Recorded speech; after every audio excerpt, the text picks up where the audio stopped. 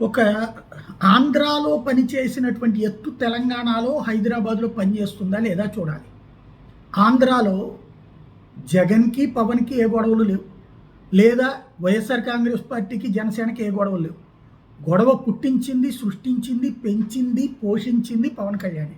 చెప్పు తీసుకు కొడతా నా కొడకల్లారా లాంటి భాష మాట్లాడినప్పుడు వైసీపీ వాళ్ళు కూడా అదే భాష మాట్లాడారు. వాళ్ళు చెప్పులు చూపెట్టారు. జగన్ చేయలే.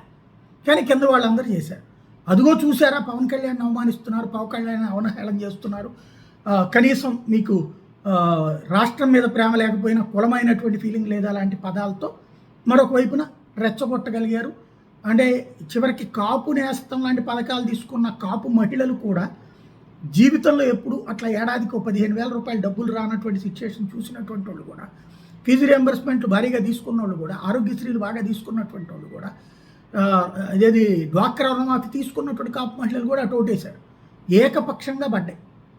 కాపు సామాజిక వర్గం 100కి 99% ఓన్ చేసుకుంది.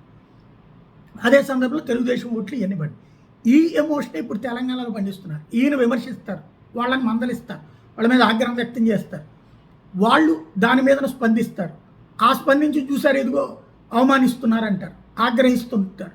అలాగే ఇదిగో చూసారు నన్ను అవమానించారంటారు.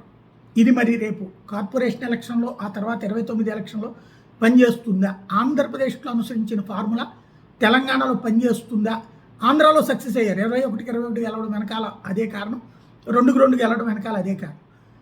మరి తెలంగాణలో ఇదే తరహా ఎమోషన్. ఎందుకంటే ఆనాడు జగన్ని తిట్టడానికి ఏ విధమైనటువంటి ఎమోషన్ని, ఏ విధంగా అయితే సుదీర్ఘంగా మాట్లాడి, ఏ విధంగా అయితే ఆవేశంగా మాట్లాడారో అదే విధమైన ఆవేశం అక్కడ ప్రదర్శిస్తున్నారు. ఆ తర్వాత జగన్ మీద వరుసపెట్టి ట్వీట్లు ఎట్లా చేసుకొచ్చారో ఇప్పుడు కూడా అట్లాగే చేసుకొస్తున్నారు. మరి ఫలితం ఎలా ఉంటుందో చూడాలి.